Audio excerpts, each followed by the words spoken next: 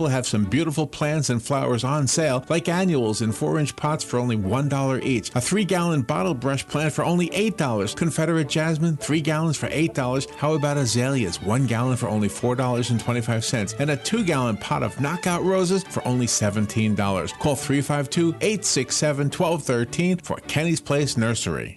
All right, thank you. 25 minutes before 11 o'clock. Thank you for tuning into The Source. Nice looking Friday. Hope you're doing well out there. Have you ever known somebody, gosh, I don't know how many people out there know people who've written books or written songs or anything like that, but I knew some guys that had a band, and one of the guys in the band was a songwriter, and wrote, and finally they got a record deal, and he had like 1,000 songs to pick from, and of course they were able to get the cream of the crop from those 1,000 songs. And voila, they had success, which was unheard of. It's almost unheard of to have a first song as a hit. Mm-hmm. And then the challenge was to have another hit. Right. That's like harder because the first hit, you have like everything you've done up until that point. But then after that, you have to have another one. It's not always so easy. Our next guest has done that in the literary world. Kimberly McCreight has been with us before.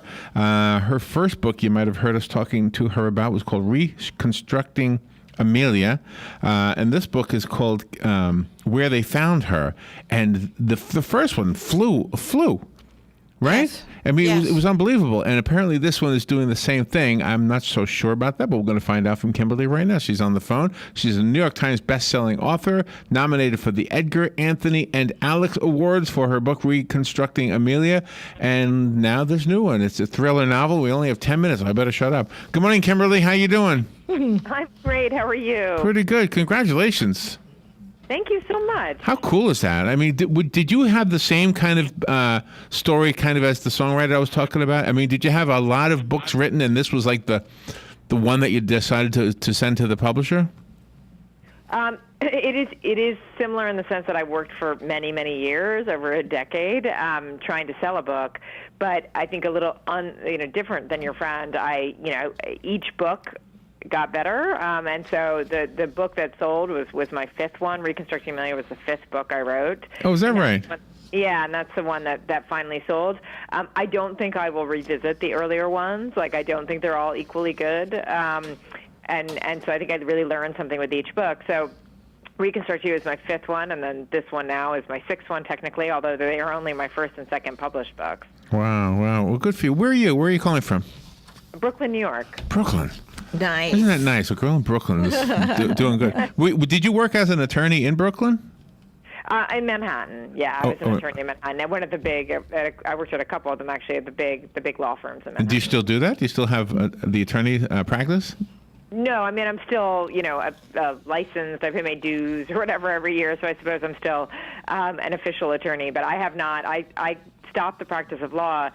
I guess more than a decade ago to pursue writing. I really just kind of took a leap, and it was a very long decade of not earning a single dollar while I tried to chase this dream, and I had a very generous husband who supported me while I did that, and I had a lot of law school debt, so it was a long, scary road. But once you're kind of on that road, I was encouraged. I got really positive rejection letters, which is kind of ridiculous, but that is what I held on to for a long time. And so I just, really by the end, right before Reconstructing Amelia got sold finally, I had started to look for a job again and actually got a job offer, finally 2 days before Reconstructing Amelia sold, so I didn't have to take that job at the end of the day. Oh, isn't that a great story? So do you love Brooklyn so much that you would never leave it, or are you going to do the writer's fantasy of living in a little cottage somewhere out in the Hamptons or something? It's funny, I do have that fantasy. I didn't know how many writers shared it. I do have the fantasy of living somewhere in the middle of nowhere.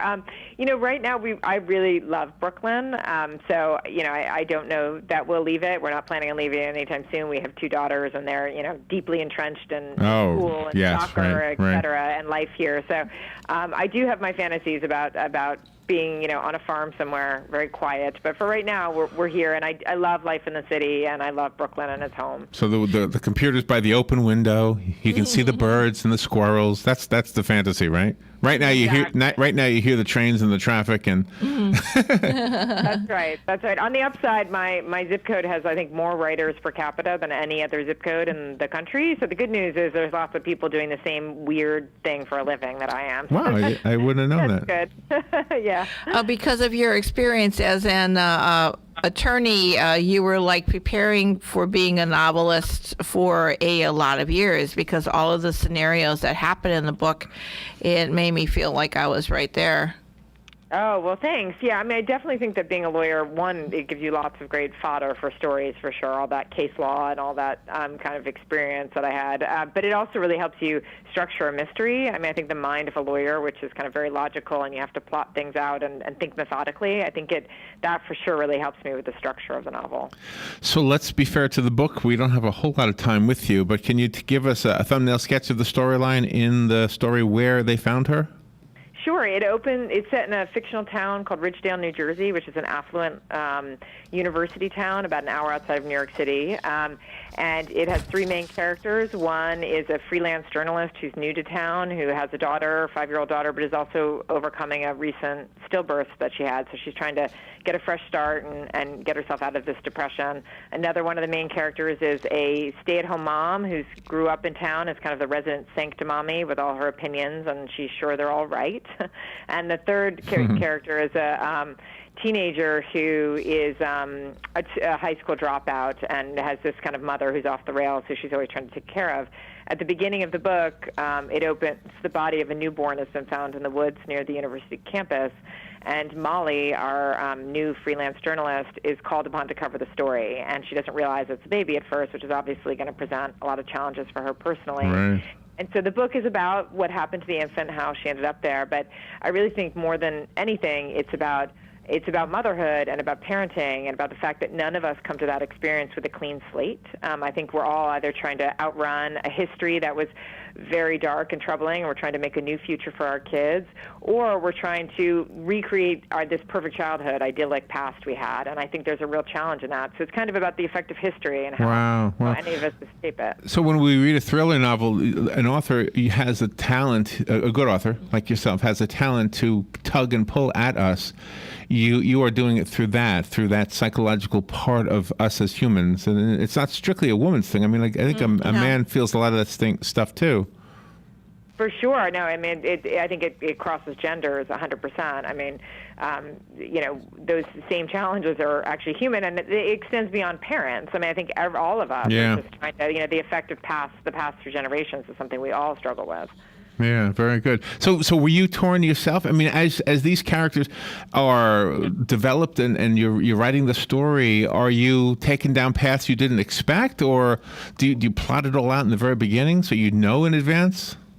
I don't plot it out in advance. I would say I know the solution to the central mystery. Again, in this case, that's what happened to the baby, but only in a vague sense. And my mysteries tend to have many, many sub-mysteries in them. There's lots of threads. And so there is that central mystery, and I know that, but I don't know anything else. The rest of it's kind of a discovery process once I've developed my characters, because my books are very character-driven, and they're a lot about the relationships between the characters. So that comes along while I'm writing it. So I certainly get surprised by the way some of those subplots turn out.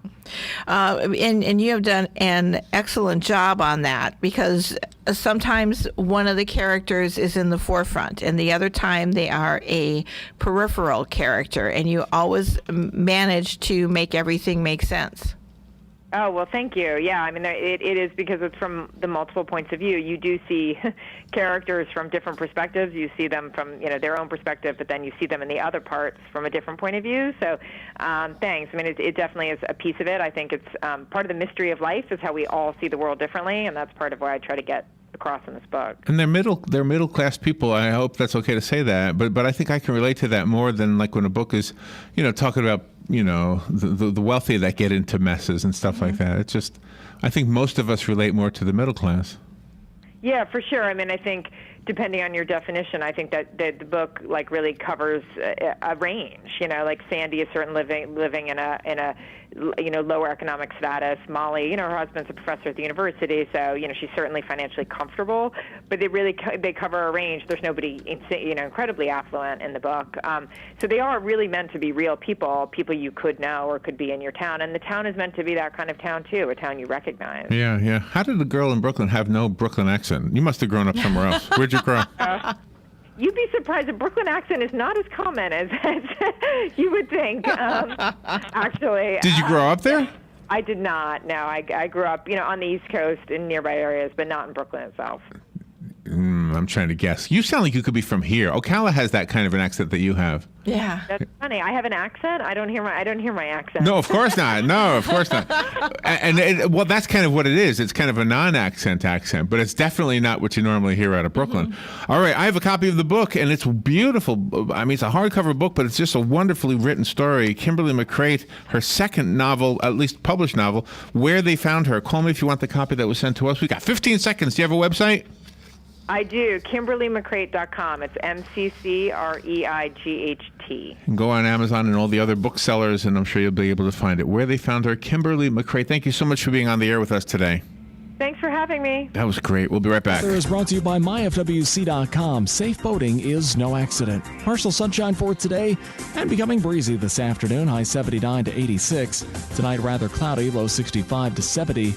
Partly sunny and warm tomorrow with a shower or thunderstorm around in the afternoon.